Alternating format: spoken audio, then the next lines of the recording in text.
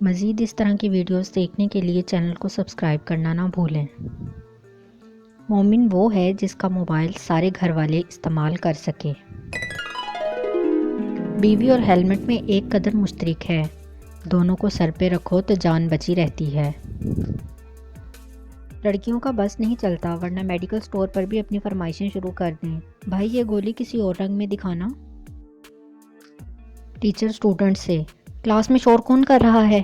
Student, मुझे क्या पता, मैं तो अपनी बातों में लगा हुआ था।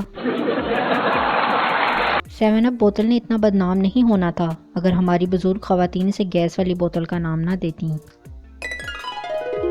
चाइना में दूसरी शादी का रवाज नहीं है क्योंकि उनको पता है कि जब दूसरी भी इसी शक्ल की आनी है तो फिर यही ठीक है।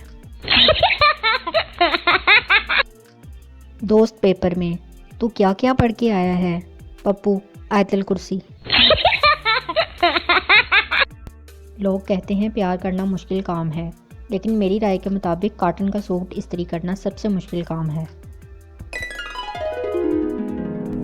मैं बहुत नरम दिल हूँ, कोई भी लड़का खुदकुशी का बोल दे तो फ़ौरन नंबर दे देती हूँ। ईदी वालों का लाश तो उन्होंने ही उठानी है।